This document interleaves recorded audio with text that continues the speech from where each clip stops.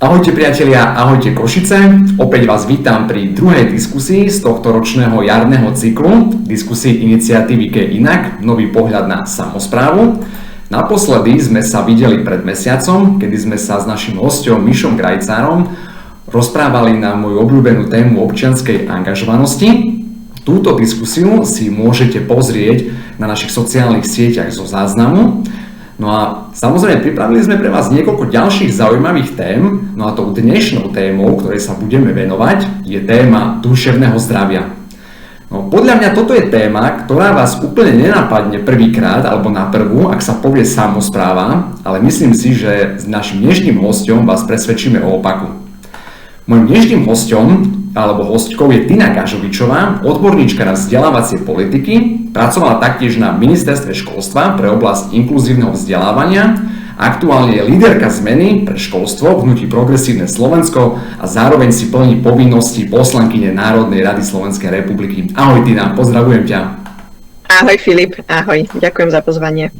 Ahoj Tina, ja len presne pre našich poslucháčov a divákov, že my to nahrávame v obednejších hodinách. Ja by som sa ťa len predsa len chcel opýtať, aké si mala zatiaľ deň, aké si mala dopoludne? Mala som celkom dobrý deň a hlavne ešte som taká plná endorfínov zo včera. Včera som mala výborný deň, lebo som zabehla polmaratón tu v Bratislave a je to aj téma, ktorá teda je prepojená aj s Košicami, lebo veľmi rada zvykneme do Košic cestovať. A teda dúfam, že aj tento rok v októbri budem zdravá a pricestujem a zabehnem si polmaratón aj Košicami. A je to inak téma, ktorá súvisí aj s duševným zdravím, lebo šport celkovo je niečo, čo podporuje aj duševné zdravie. Takže možno sa k tomu športu ešte vrátime aj počas diskusie. Budem rád, toto ma celkom zaujíma, pretože ja sa tiež pripravujem o mesiac na polmaratón v Košiciach. Je to celkom výzva, trošku ti zavidím, že už máš to za sebou. Aby som nadviazal na tú našu dnešnú tému, ja si pamätám, ja som chodil na základnú školu v 90. rokoch a trošku s takým presahom ešte po roku 2000. Pamätám si, ako to vtedy fungovalo na školách, ako to vyzeralo v triedách. Ja by som sa ťa možno opýtal takto na úvod, keď dneska prídeme do školy, do triedy, čo uvidíme, čo sa zmenilo za tie 2 dekády? Myslím si, že najhoršie je to, že sa zmenilo pomerne málo. Že na to, ako výrazne sa zmenil svet, ako sa zmenili počítače, ako sa zmenilo to, že vieme tento rozhovor nahrávať krížom cez celé Slovensko z Bratislavy do Košíc, ako sa zmenili mnohé ďalšie veci, v ktorých dnešné deti vyrastajú, tak oproti tomu to školstvo sa zmenilo žiaľ stále pomerne málo. Ja som inak tiež chodila na základnú školu v 90. rokoch, ale moja taký výnimočný príbeh je v tom, že ja som chodila na základnú školu v Rakúsku, vo Viedni, pretože krátko po revolúcii sa moji rodičia rozhodli, že teda chcú využiť, že konečne padla železná opona a môžu sa aj trochu nadýchať slobody na západ a môj otec, ktorý už v tom čase bol programátor, tak si pomerne ľahko našiel prácu v Rakúsku. Čiže ja som od svojich 4 rokov až do svojich 12 vyrastala vo Viedni a myslím si, že aj mnohé veci, ako sa dneska pozerám na školstvo, súvisia s tým, že som vlastne už ako dieťa zažila trošku inú skúsenosť. Zažila som to, že som sa musela naučiť nemčinu ako cudzí jazyk. Zažila som aj to, že sme boli veľmi rozmanitá trieda na základnej škole. A myslím si, že niektoré veci možno naozaj ešte dnes vidím, že sa u nás dostatočne nezmenili a že niektoré inšpirácie čerpám už aj z toho, čo pred 30 rokmi fungovalo v tom Rakúsku. Čiže ty máš vlastne možnosť porovnávať tie vzdelávacie systémy z toho, nazvime to, že viac západného sveta. Spomínala si, že sa zmenilo veľmi málo. Môžem z toho dedukovať, že ak sa zmenilo veľmi málo, že môžem si to takto preložiť, že v podstate situácia sa zhoršila, ak sa nezmenila za 20 rokov? Áno, dá sa to tak povedať. Zhoršilo sa podľa mňa v tom, že horšie reagujeme na súčasný svet. Je pravda, aby som zase nekrivdila tým školám, sú mnohé školy, ktoré majú moderné vybavenie a zmenilo sa to, že dneska už kdekoľvek prídem do školy, tak veľmi často vidím interaktívne tabule a niektoré školy naozaj majú perfektné technologické vybavenie, ale myslím si, že školstvo sa príliš pomaly a príliš málo mení v tom, ako rýchlo sa mení tá doba. Ja tomu dám taký príklad, kedysi školstvo bolo to miesto, kde ten učiteľ mal nejaký monopol na informácie. To bolo to miesto, kde deti prišli, aby sa naučili veci, ktoré sa nemohli naučiť nikde inde. A zároveň po škole deti väčšinou teda buď pomáhali rodičom a učili sa nejaké praktické zručnosti, že im pomáhali, ja neviem, v nejakom rodinnom podniku alebo tak v domácnosti, alebo sa hrali so svojimi rovesníkmi, napríklad aj môj otec spomína, že každý deň po škole partia zo sídliska vyšli von a hrali futbal alebo basketbal, až kým mami nezačali z okien kričať, že už je večera, poďte sa najesť. Dneska skôr vidíme to, že deti prídu do školy, to je to gro ich sociálneho života a po obede veľmi často už sedia sami doma a sedia tam s týmto zariadením, ktoré veľmi veľa z nich už v nejakej podobe vlastní. A toto malinké zariadenie má všetky informácie sveta. Toto malinké zariadenie je vlastne múdrejšie ako ich rodičia, je múdrejšie ako ich učitelia, pretože čokoľvek, čo tie deti zaujíma, tak vedia, že čisto faktografickú informáciu si vedia v tom zariadení nájsť. A dneska dokonca už tie deti vedia, že v tom je ich kamarát ChatGPT, s ktorým sa môžu aj porozprávať o svojich pocitoch, ak by chceli, alebo rozvíjať rozhovory, v úvodzovkách rozhovory. A vlastne tá rola tej školy sa aj v tomto veľmi výrazne zmenila. A my potrebujeme práve preto, aby tá škola bola skôr miesto, ktoré učí rozmýšľať, ktoré sprostredkováva informácie, ale nie iba diktovaním, ale tým napríklad, že ich naučí, ako vyhľadávať na internete, ktorým zdrojom veriť, ktorým zdrojom neveriť, aké nástrahy prinášajú sociálne siete, aké nástrahy prináša ChatGPT.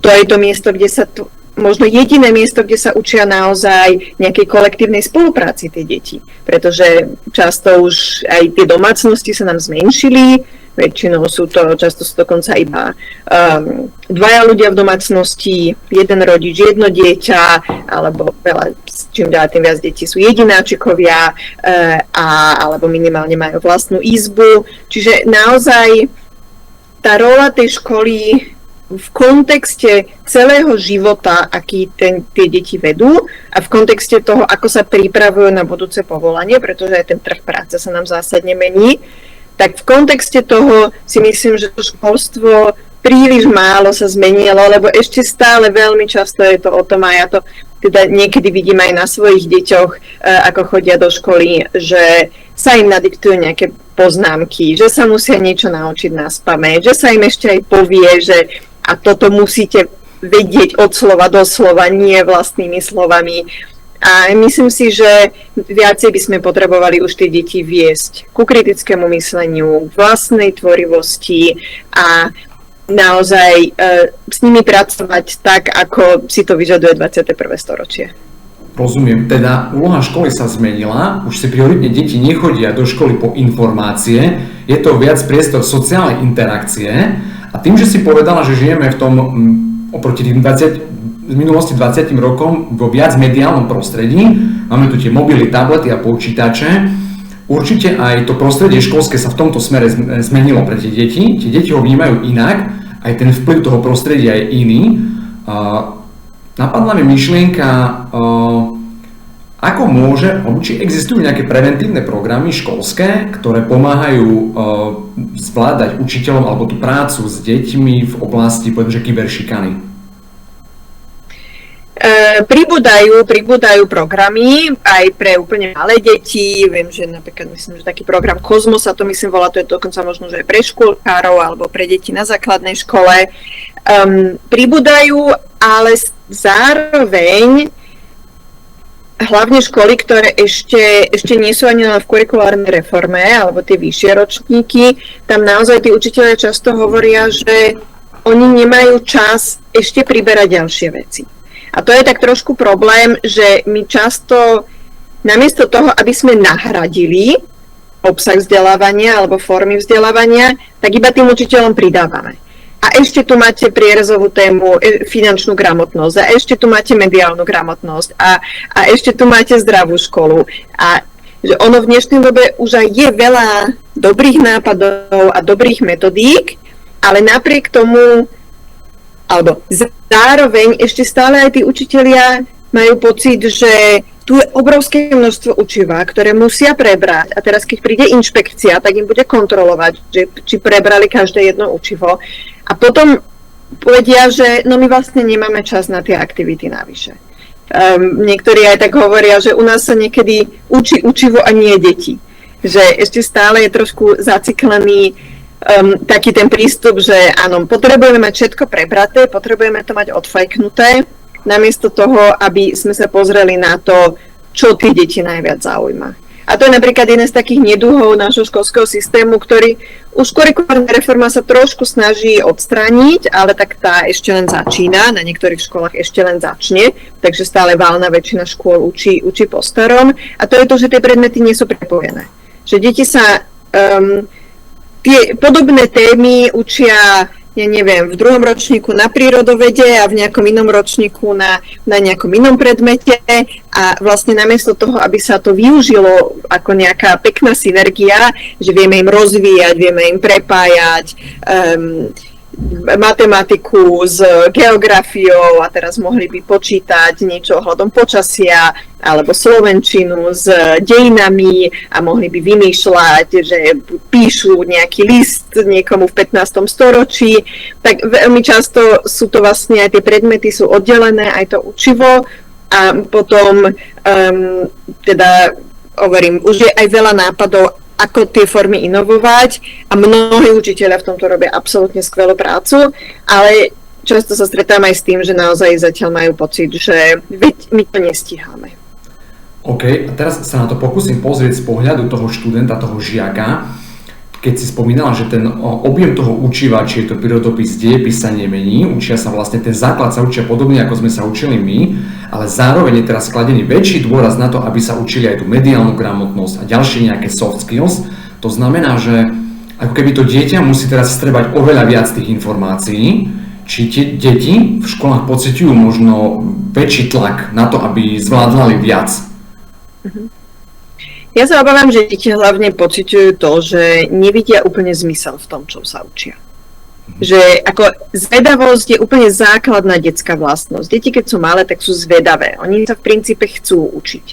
Ale musia v tom vidieť zmysel. Musí to byť niečo, čo ich nejakým spôsobom baví. A teraz jasné, že škola trošku ich aj učí prekonávať nejaký stres, trošku sa vedieť zaťať, ale stále si myslím, že to gro by malo byť založené práve na tej zvedavosti, na tej vnútornej motivácii. A myslím si, že kým škola mala istý ten, ako som to nazvala v úvode, monopol na informácie, tak skôr vedela tie deti zaujať aj cez to učivo.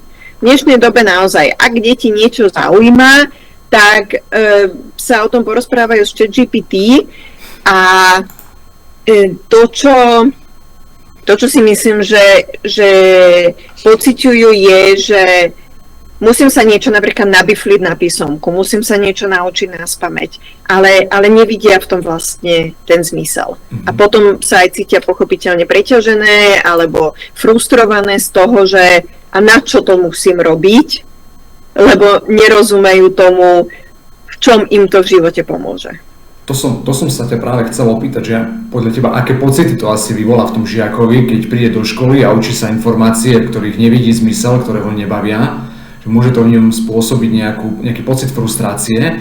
Myslíš si, že školy alebo učitelia sú momentálne dostatočne vybavené alebo pripravené na to, aby vedeli identifikovať u toho žiaka, kedy u neho začínajú sa prejavovať nejaké možno negatívne pocity a emócie z toho vzdelávania?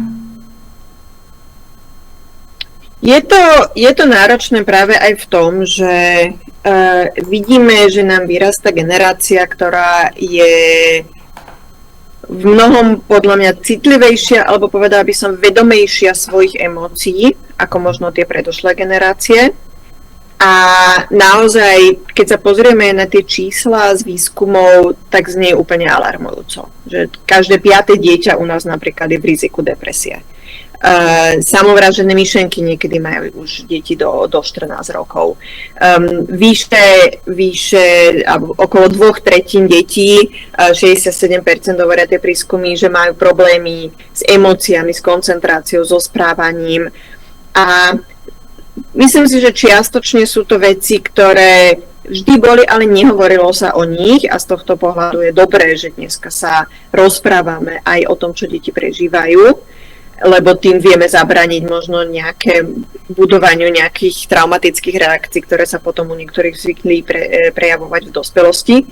Ale zároveň súvisí to podľa mňa práve aj s tým, že mnohé deti sa vlastne cítia izolované, že chýbajú im tie nejaké zdravé kolektívne vzťahy a to je všetko niečo, čo potrebujeme vedieť podchytiť a ideálne je práve v tom školstve.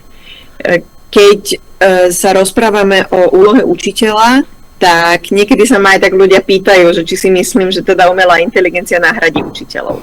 A ja som hlboko presvedčená, že profesia učiteľa je niečo, čo s nami bude ešte stovky rokov, že to nie je niečo, čo by kde by sme stratili ten význam, pretože stále ten ľudský faktor, tá práca s tými deťmi je nesmierne dôležitá. Ja nechcem, aby nám ChatGPT nahradil učiteľov v žiadnom prípade, ale trošku sa mení tá rola v tom, že viacej sa tí učitelia stávajú alebo mali by stávať takým sprostredkovateľom v tom vzdelávaní a možno aj trošku väčší dôraz dávať na tú výchovu, než na to vzdelávanie. A to zase súvisí aj s tým, že ale ako sú pripravovaní.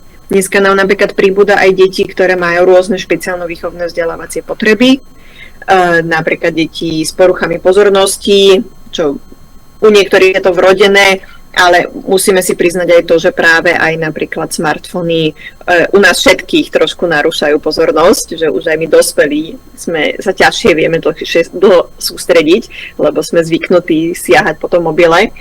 Pribúda nám teda deti s poruchami pozornosti, pribúda celosvetovo deti na autistickom spektre a my potrebujeme, aby učitelia aj na toto boli pripravení, aby dostali na vysokej škole nejaký špeciálno-pedagogický základ, aby im niekto vysvetlil, čo to vlastne znamená, ako s takými deťmi pracovať. A veľmi často vlastne tí učitelia na to pripravovaní neboli, potom zrazu prídu do triediek, my majú 25 detí, zistia, že tie deti sú veľmi rozmanité a nedá sa ich učiť takým spôsobom, že každý bude ticho sedieť a 45 minút počúvať a ticho si písať poznámky a potom vlastne dochádza k takej vzájomnej frustrácii, že je to ťažké aj pre tie deti, ktoré v tom nevidia zmysel, ale je to ťažké pre tých učiteľov, pokiaľ vlastne nemajú ani oni tú odbornú podporu, pokiaľ nemajú napríklad špeciálneho pedagóga, s ktorým sa vedia poradiť na škole, pokiaľ tam nie je školský psychológ, za ktorým vedia prípadne dieťa poslať, keď má nejaké silné prejavy psychickej nepohody a vlastne dochádza k takej vzájomne záťažovej situácii medzi tými žiakmi a tým učiteľom, ktorý je nútený do toho, aby celú tú triedu zvládal. Ja sa na chvíľočku vrátim do minulosti, možno pár minút, keď v podstate len zhrniem to, čo si povedala pre našich divákov, že v podstate tieto problémy tu boli v istej miere aj v minulosti, ale sa o nich tak nehovorilo. V súčasnosti sa vytvára väčší priestor na diskusiu, to znamená, že aj väčší priestor na hľadanie riešení. Zároveň sa mi páči, ako si povedala, že dnes tá rola učiteľa sa mení a mal by to byť už viac taký mentor. To je niečo, čo som si zobral z toho tvojho výkladu. A teraz prejdem do toho posledného bloku.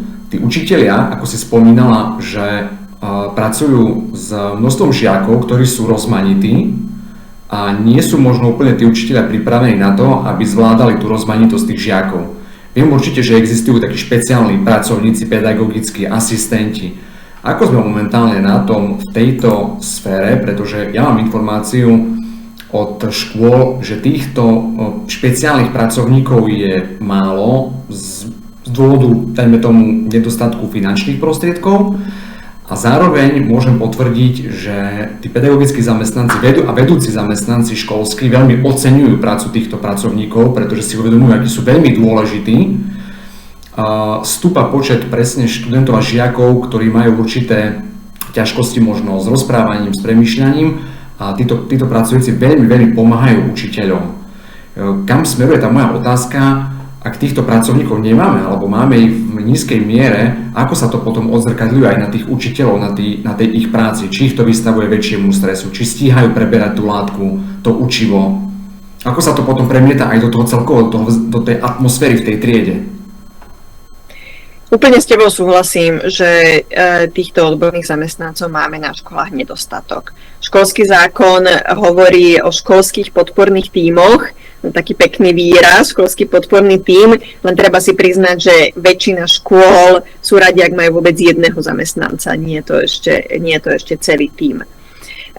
Dokonca posledné štatistiky, ktoré máme, tuším spred 2 rokov alebo tak, sú, že na jedného školského psychológa nám v priemere pripadá vyše 700 žiakov, čo je úplne šialený pomer, akože to si potom treba uznať, že naozaj veľmi ťažko môže individuálne pracovať, alebo vôbec akoby aj s každou triedou pracovať, ale to je vlastne spôsobené tým, že strašne veľa škôl ani len nemá školského psychológa.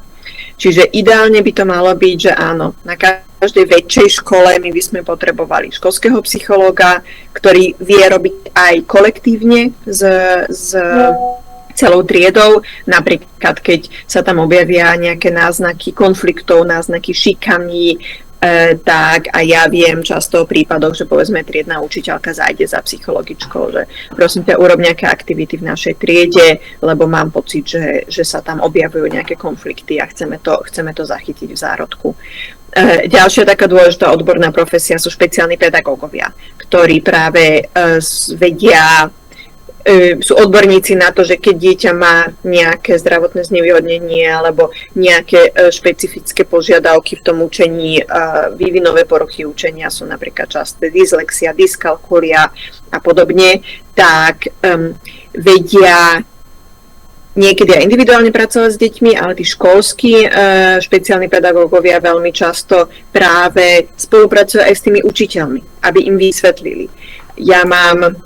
Kedysi som spolupracovala s jednou obecnou školou na strednom Slovensku, veľmi vlastne inkluzívna škola v tom zmysle, že naozaj mali takéto nastavenie, že každé dieťa, ktoré sa narodí v našej obci, tak to dieťa príjmeme do školy. Ale teda v posledných rokoch im tam začali pribúdať deti s špeciálnymi potrebami. A ešte väčšinou na tom prvom stupni, keď tá jedna učiteľka vlastne to dieťa učí všetky predmety, zvykne si na ňo, tak tam je to aspoň o trošku jednoduchšie, ale veľmi často tie ťažkosti začínajú na druhom stupni, kde zrazu každý učiteľ, teda každý predmet učí iný učiteľ. A tuto mali pani učiteľku, pôvodne učila niečo iné, ale potom si doštudovala špeciálnu pedagogičku a začala na škole pracovať ako školská špeciálna pedagogička. A všimla si, že stále viac učiteľov za ňou chodí s nejakými otázkami. Tak sa rozhodla urobiť také akoby okrúhle stoly vo vzťahu k jednotlivým žiakom.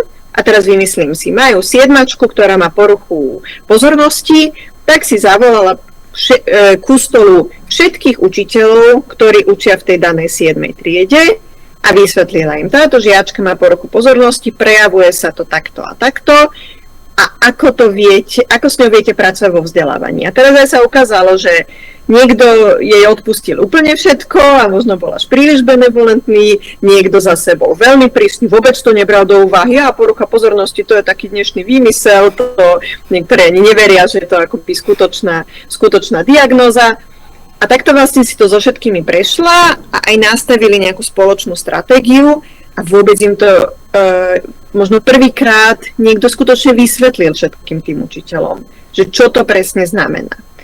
A to je pre mňa taký príklad, ktorý často spomínam, lebo je to taká ukážka toho, akú dôležitú rolu môže mať takýto odborný zamestnanec na škole aj vo vzťahu k tým pedagogickým zamestnancom, k tým učiteľom. V školskom podpornom tíme môže byť aj školský logopéd, ktorý je strašne užitočný hlavne v škôlkach, v materských školách alebo na prvom stupni základných škôl. Liečebný pedagóg, sociálny pedagóg. Že ideálne, aj keby v tých veľkých školách podľa mňa bol celý tím, tak všetci by mali čo robiť. Ale tá realita je taká, že vlastne tých peňazí samozrejme je pomerne málo. Donedávna školy vôbec nedostávali priame financovanie na týchto zamestnancov od štátu. To sa podarilo pred pár rokmi zmeniť a z toho sa obzvlášť teším, lebo ja keď som pracovala na ministerstve školstva, tak to bola jedna z vecí, na ktorých som pracovala, že sme vytvorili paušálny príspevok pre školy práve na školské podporné tímy. Takže postupne pribúdajú na tých školách. Ešte teraz niektorí poslední sú v systéme, ktorí sú platení z eurofondov, ale práve z eurofondov už to bude končiť, lebo už teda aj Európska komisia povedala, že toto je zodpovednosť štátu, tak ja teda dúfam, že postupne budú ešte narastať títo odborní zamestnanci a ešte len doplním na záver, že okrem tých, ktorí pôsobia na školách, tak my máme celý veľký poradenský systém. Máme vlastne poradne, teda centra poradenstva a prevencie, kde tiež pôsobia odborní zamestnanci, väčšinou pracujú individuálne, že dieťa tam príde, oni napríklad robia aj diagnostiky, ale vedia spolupracovať aj priamo so školami. Že keď škola nemá napríklad vlastného špeciálneho pedagóga a potrebuje sa poradiť, tak mali by byť schopní, alebo mali by teda byť v kontakte s príslušnou poradňou a tam by mali byť schopní im vlastne tak trošku nahradiť to, že nemajú napríklad školského špeciálneho pedagóga. OK, čiže z toho, čo si povedala, som to pochopil tak, že tých špeciálnych pracovníkov a asistentov a psychológov je veľmi málo, žalostne málo. Dá sa to čiastočne nahradiť tým, že tí špecializovaní pracovníci budú ako keby dovzdelávať ten kolektív pedagogický. Samozrejme, nedá sa na to úplne spoľahnúť. A zároveň mi napadla ešte otázka tých financií, pretože to sa často používa ako taký ten hlavný dôvod tých nedostatkov. Spomínala si, že budeme mať vyčerpané nejaké zdroje v tomto smere. Sme momentálne pripravení na vykrytie týchto výpadkov z eurofondových schém dotačných? Ministerstvo školstva sľubuje, že áno.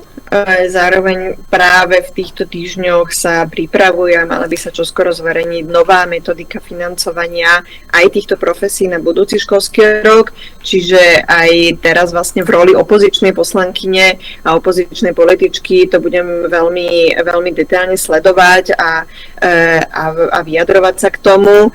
Naozaj si myslím, že v dnešnej dobe odborní zamestnanci a rôzne aj tieto podporné profesie na školách, ako sú asistenti, sú nesmierne dôležití.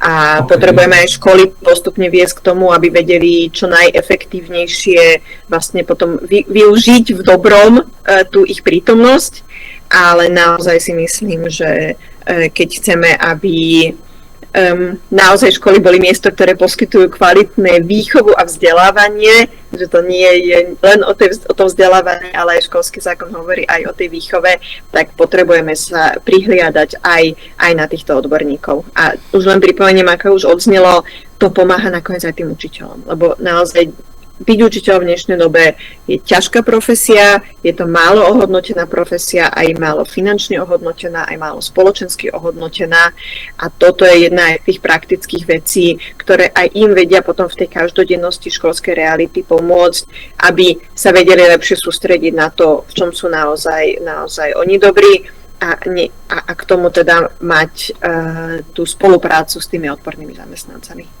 Rozumiem. Vo mne ešte stále rezonuje to číslo, ten jeden psychológ na 700 žiakov.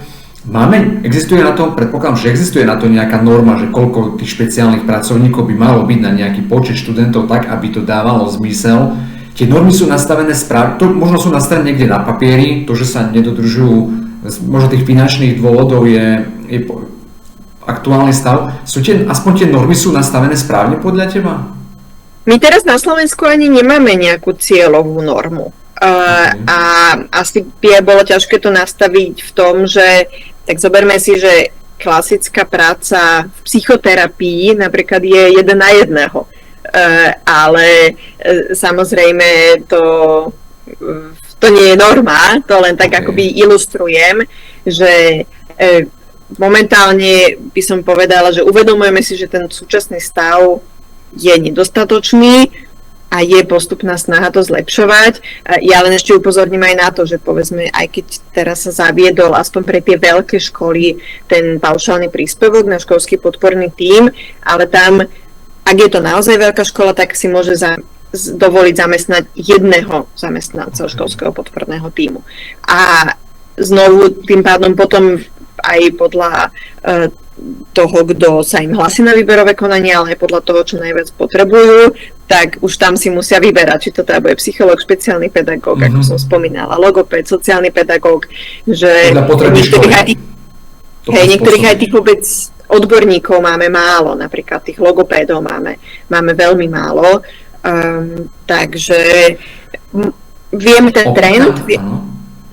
Opýtam sa, tieto pozície si vyžadujú špeciálne vzdelanie, alebo by sa mohla táto situácia čiastočne kompenzovať, takže tí pedagogickí pracovníci by sa pri svojom štúdiu to vzdelávali v týchto profesiách?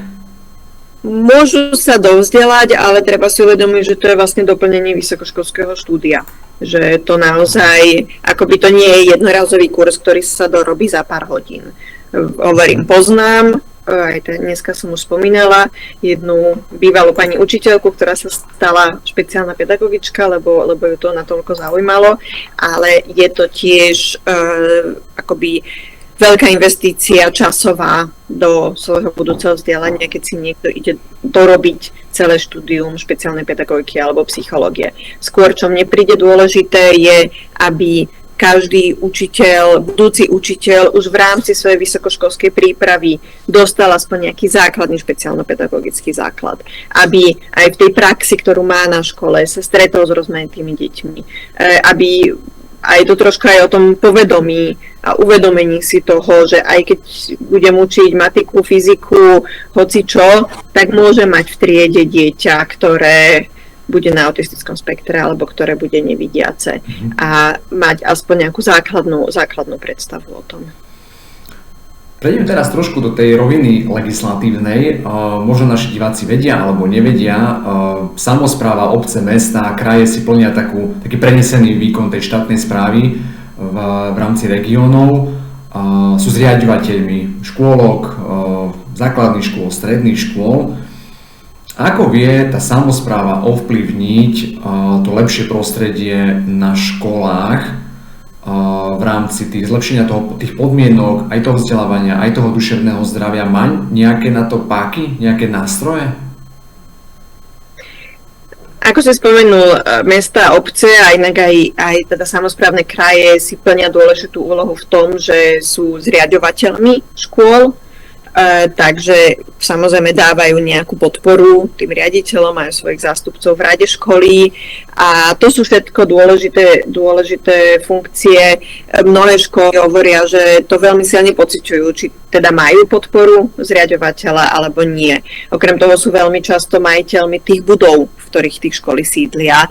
Čiže znovu aj tam je dôležité, že to znie ako taká technická vec, ale to je veľmi dôležité, či zriaďovateľ sa stará o budovu a tým aj odľahčí riaditeľa, aj vytvára nejakým spôsobom kultivovanejšie prostredie pre tú školu, alebo či tú podporu tá škola nemá. Ale potom sú aj mnohé ďalšie veci, napríklad sú priamo ešte v originálnych kompetenciách majú mesta a obce školskú družinu, čiže pobedný klub, ktoré sú veľmi dôležité, aby aspoň tie menšie deti aj pobedne mohli zostať v škole a tam mali svoje aktivity, školskú jedáleň. Inak strava je vlastne tiež veľmi dôležitá súčasť aj fyzického zdravia, ale teda prenesenie aj duševného zdravia, základných umeleckých škôl a centier voľného času. A tu sa trošku aj vrátim, ako som spomínala na úvode, ten môj včerajší beh, že ono je vlastne veľmi dôležité práve aj to, aby deti mali kde sa realizovať, aby mali kde aj sa hýbať, aj športovať, aj uplatňovať nejaké svoje talenty, rozvíjať sa, či už umeleckým smerom, alebo jednoducho len mať nejaké krúžky, kde majú kamarátov, kde po obede prídu. Lebo v súčasnej realite vlastne veľká časť krúžkov máme čisto v komerčnom sektore, že to ponúkajú súkromníci a tým pádom pre mnohé rodiny je to finančne nedostupné. A ja si myslím, že toto je rola, ktorú mesta a obce môžu veľmi silno plniť, keď sa bavíme o duševnom zdraví mladých, tak vlastne investovať do toho a zabezpečovať, aby mali kde tráviť voľný čas, aby boli dostupné ihriska, aby keď si, ja neviem, 13-ročná partia kamarátov povie, že po obede si chcú ísť zahrať niekde futbal a jednoducho vybiť zo seba energiu a mať dobrý čas, tak aby mali kde ísť. A to sú všetko veci, ktoré treba myslieť, ktoré musí niekto zariadiť, zabezpečiť a pokiaľ tie deti nemajú kde ísť, no tak potom buď sedia doma za obrazovkami, alebo sú tam rôzne rizikové faktory ako drogy a akoby všetky nástrahy. V tomto vidím asi najväčší priestor pre tú samosprávu, pretože často počúvam, že tá samospráva vlastne zabezpečuje takéto materiálne zabezpečenie, tie budovy a presne tie športoviská. Čiže toto je asi taký ten najväčší priestor, ako môže samospráva ovplyvňovať ten vzdelávací proces. Čo sa týka skôr takých tých metodík a vzdelávacích postupov, na to asi existujú potom tie štátne inštitúcie v rámci ministerstva školstva, že do toho už tak samospráva nezasahuje.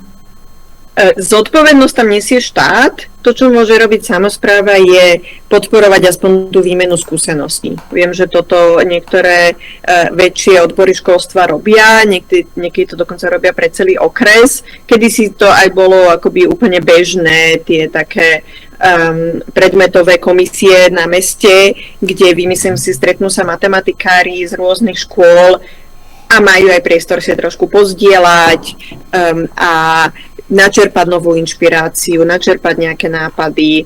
Napríklad mesto Bratislava robí školenia pre učiteľov napriek tomu, že u nás mesto nie je zriaďovateľom ani materských, ani základných škôl. To v Bratislave robia mestské časti, ale jednoducho mesto Bratislava si povedalo, že chce nejakým spôsobom prispieť ku kvalite vzdelávania, tak z vlastnej iniciatívy napríklad robia pedagogické také školenia.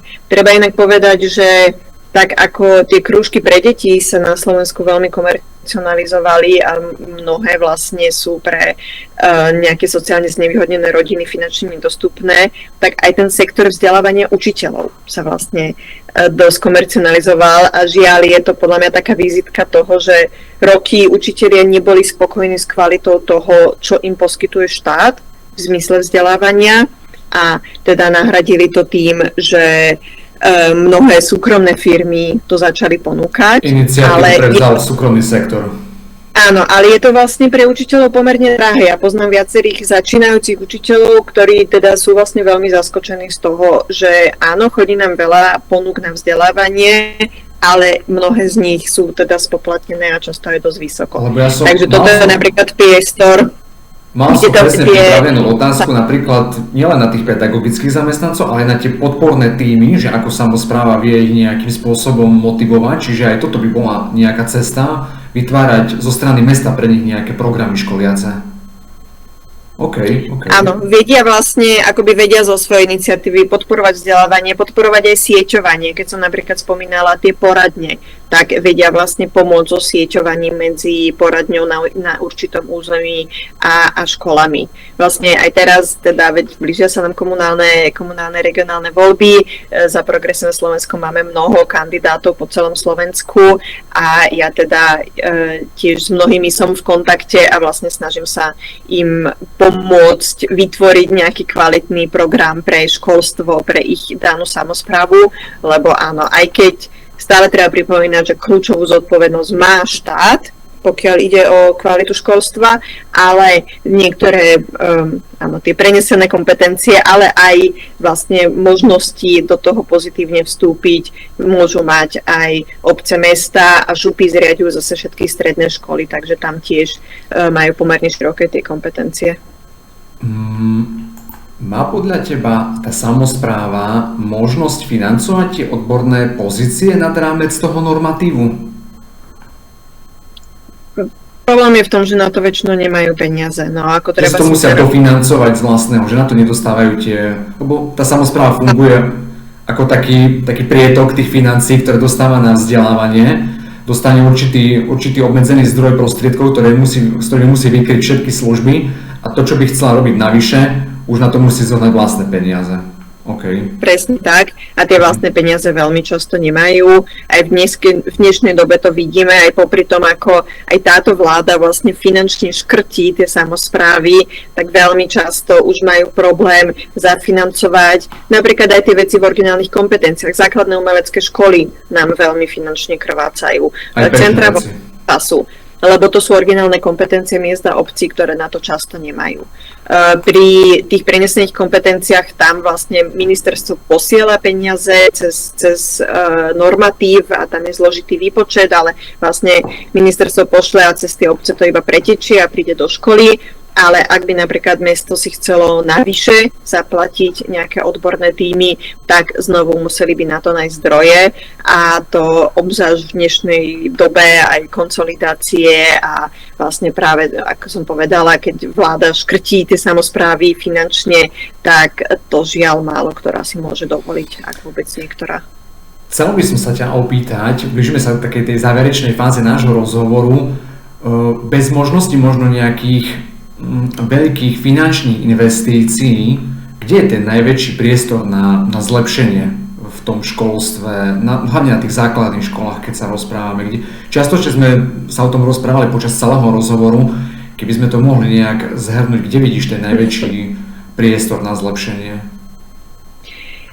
Myslím, že to najdôležitejšie je naozaj pripravovať deti na život 21. storočia. Že treba si naozaj uvedomiť, že doba sa mení. Aj ten budúci trh práce. My pripravujeme dneska deti na budúci trh práce a nevieme, aký bude. Lebo už teraz napríklad mnohé pracovné pozície zanikajú v dôsledku toho, že ich nahradí umelá inteligencia. Čiže my potrebujeme pri tých deťoch budovať ich odolnosť, budovať ich schopnosť učiť sa nové veci, ale skôr naozaj tým akoby cez kritické myslenie, cez schopnosť prepájania informácií. Lebo to, čo sa dneska namemorujú v škole, to už v budúcnosti potrebovať nebudú, ale oni potrebujú byť schopní si vyhľadávať nové informácie, pracovať v tíme. Že naozaj kdokoľvek z nás si predstaví, že ako asi naše deti budú pracovať, keď prídu na trh práce, tak v tomto my ich potrebujeme podporovať. A ja by som naozaj chcela akoby aj povzbudiť učiteľov, aby sa možno až tak nebáli toho, že sa cítia strašne zošnurovaní nejakými osnovami, ale naozaj trošku si dopriať slobody v tom, že chcem deti, ktoré učím, chcem, aby rozpoznať ich talenty, rozvíjať ich talenty, aby oni sami sa nebali robiť chyby, nebali skúšať veci a v dnešnej dobe aj tých metodík je množstvo, aj tých možností, kde sa inšpirovať je veľa. Máme regionálne centra podpory učiteľov, máme si myslím, že mnohé ukážkové školy a naozaj dať akoby ten priestor tomu prichádzať aj s novými vecami a myslieť na to, že čo si raz naše deti odnesú do života. Rozumiem. Ja by som ešte možno naozaj na taký samotný záver, a dúfam, že sa zhodneme v tomto, povedal, že nie je zdravia bez duševného zdravia. A zároveň by som to tak uchopil, že to duševné zdravie, to pozitívne duševné zdravie je nejakým cieľom, ale nie je to cieľom takým konkrétnym bodom, ktorý keď dosiahneme, tak máme hotovo, ale že je to niečo, na čom sa vlastne musí neustále pracovať, bez ohľadu na to, v akej dobe žijeme. Ja by som sa veľmi pekne... Ďakujem, tak minimálne toto je ten taký pozitívny záver z dnešnej diskusie, z dnešného stretnutia. Ja by som sa ti veľmi pekne chcel poďakovať, Tina, za to, že si prijala pozvanie do dnešnej diskusie. Ďakujem aj ja za pozvanie. Želám ti veľa úspechov v tvojej práce, aby sa ti z tvojej práce podarilo dosiahnuť a presadiť čo najviac pre učiteľov, pre rodičov aj pre deti. Taktiež mi dovolte poďakovať sa vám, milí naši posluchači a diváci, za vašu pozornosť. Verím, že sme vám spríjemnili poslednú 3/4 hodinku, že ste sa niečo nové dozvedeli, že sme vás namotivovali sledovať ďalšie naše relácie a diskusie. Môžete nás sledovať na sociálnych sieťach. Uvidíme sa najbližšie o mesiac pri ďalšej zaujímavej téme. Budeme sa rozprávať o stromoch, o výrubovom konaní, o náhradnej výsadbe, čiže veľmi aktuálna jarná téma. Ďakujem ešte raz, ostaňte zdraví, prajem vám príjemný zvyšok dňa a týždňa. Ahojte.